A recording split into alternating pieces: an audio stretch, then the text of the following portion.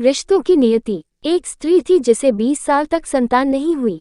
कर्म संजोग से 20 वर्ष के बाद वो गर्भवती हुई और उसे पुत्र संतान की प्राप्ति हुई, किंतु दुर्भाग्यवश 20 दिन में वो संतान मृत्यु को प्राप्त हो गई। वो स्त्री हद से ज्यादा रोई और उस मृत बच्चे का शव लेकर एक सिद्ध महात्मा के पास गई। महात्मा से रोकर कहने लगी, मुझे मेरा बच्चा बस एक बार जीवित करके दीजिए, मात्र एक बार मैं उसके मुख से माँ शब्द सुनना चाहती हूँ। स्त्री के बहुत जिद करने पर महात्मा ने 2 मिनट के लिए उस बच्चे की आत्मा को बुलाया। तब उस स्त्री ने उस आत्मा से कहा, तुम मुझे क्यों छोड़कर चले गए?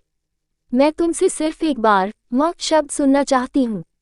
सेवा। उस आत्मा ने कहा, कौन माँ? कैसी माँ? मैं तो तुमसे कर्मों का हिसाब किताब करने आया था। स्त्री ने पूछा, कैसा हिसाब? आत्मा ने बताया, पिछले जन्म में तुम मेरी सौतन थी, मेरे आंखों के सामने मेरे पति को ले गई। मैं बहुत रोई, तुमसे अपना पति मांगा पर तुमने एक न सुनी। तब मैं रो रही थी और आज तुम रो रही हो। तब मेरा पति गया था, आज तुमने अपनी संतान खोई है। बस मेरा तुम्हारे साथ जो कर्मों का हिसाब था वो मैंने पूरा किया और मर गया। इतना कहकर आत्मा चली गई। उस स्त्री को झटका लगा।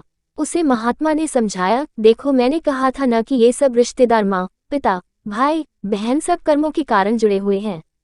हम सब कर्मों का हिसाब करने आए हैं। यही हमारे रिश्तों की नियति है, इसलिए बस अच्छे कर्म करो ताकि हमें बाद में भुगतना ना पड़े। वो स्त्री समझ गई और अपने घर लौट गई। अतः हमेशा अच्छे कर्म करने चाहिए। सबकी अपनी कहानी है, वो ऐसा है, वो वैसा है, कौन जाने कौन कैसा है। इतना ना किसी की जिंदगी में झांका करो। दूसरों पर उंगली उठाने से पहले खुद को उस जगह पर रखकर आंका करो।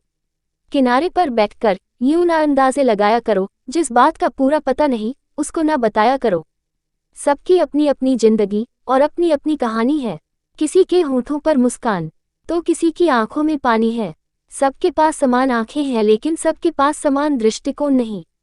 बस यही बात इंसान को इंसान से अलग करती है।